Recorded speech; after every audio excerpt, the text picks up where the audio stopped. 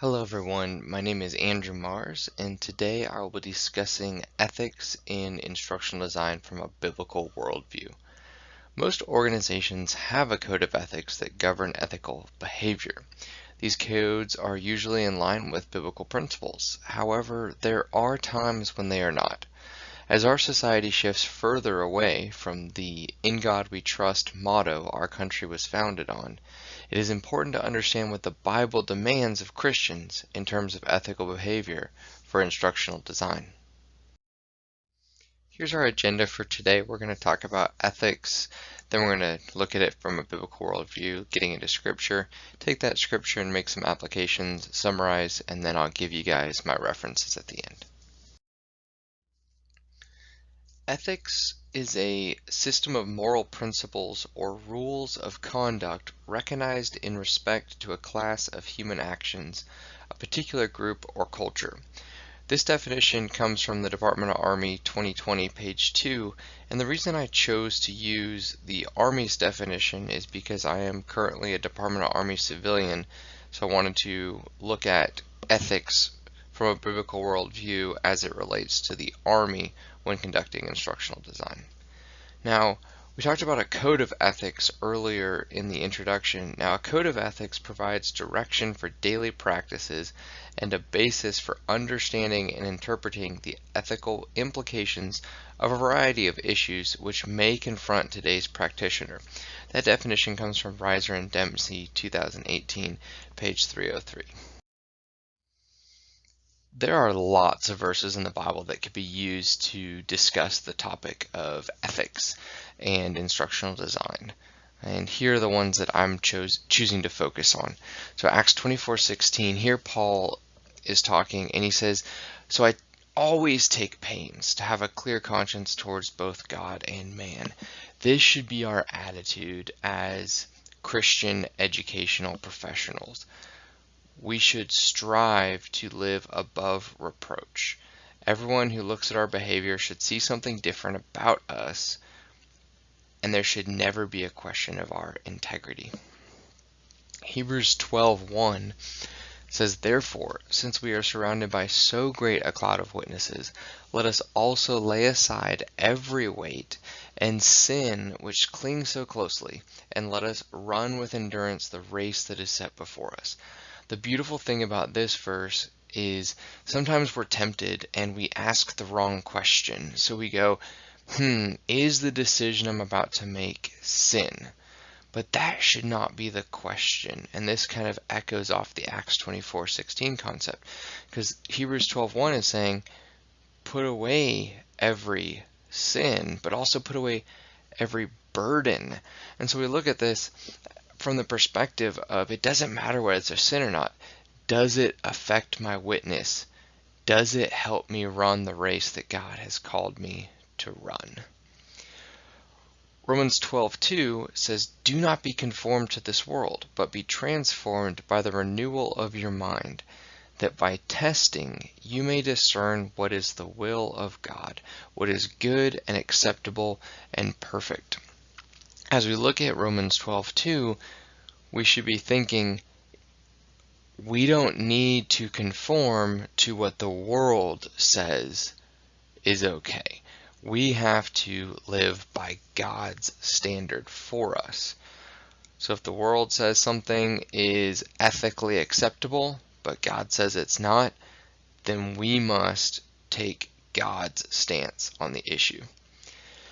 And then finally, Colossians 3:23 says, "Whatever you do, work heartily as for the Lord and not for men." And this is really echoing the other three verses that we looked at. But at the end of the day, as Christians, as educational developers, we are not serving man. What we do is to glorify God. So again, everything we do should honor Him. All right, with the verses from the previous slide in mind, what does that mean? What's the application here?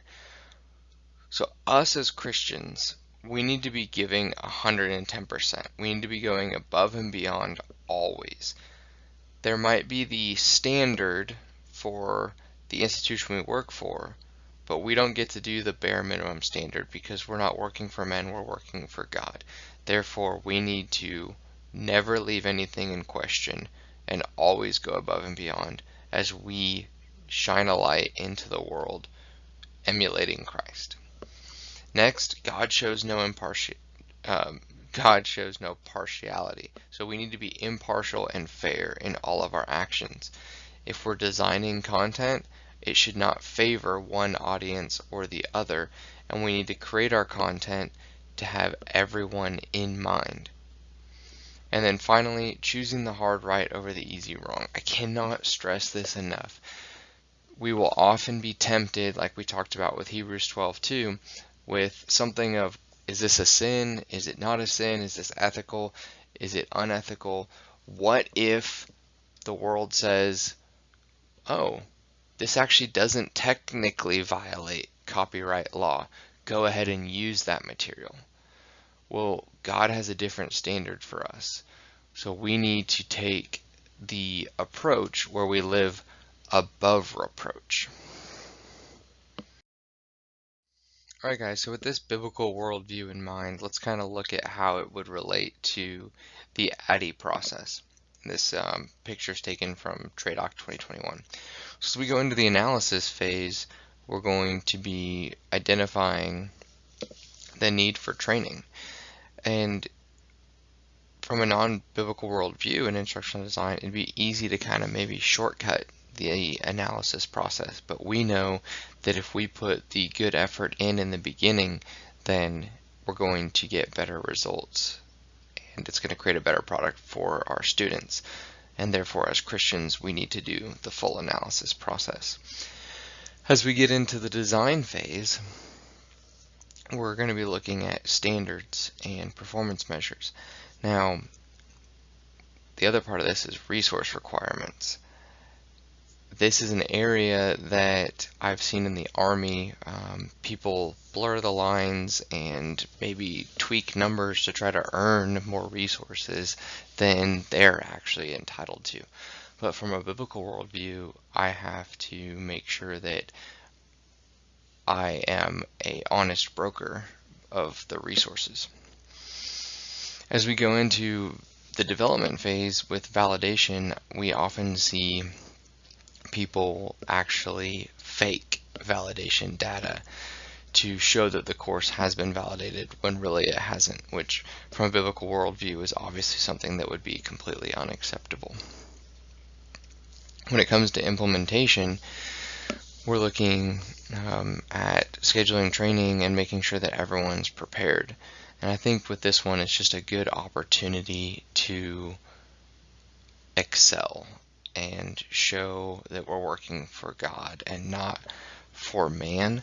So looking at Acts 24:16 with, and so I take pains to have a clear conscience towards both God and man. And we're going to make sure that we are just given 110%.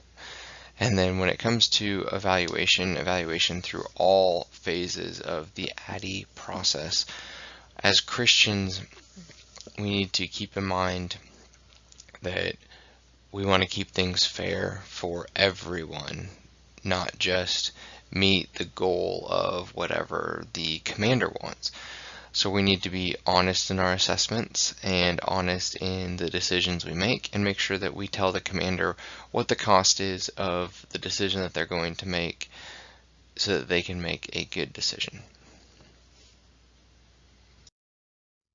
Alright guys, as you contemplate ethics from a biblical worldview, just remember that we work for God and not for man. Therefore, it is God's standard we are called to uphold, not the world's standard. If you have any questions about the presentation, do not hesitate to reach out. Thank you for your time and have a blessed day.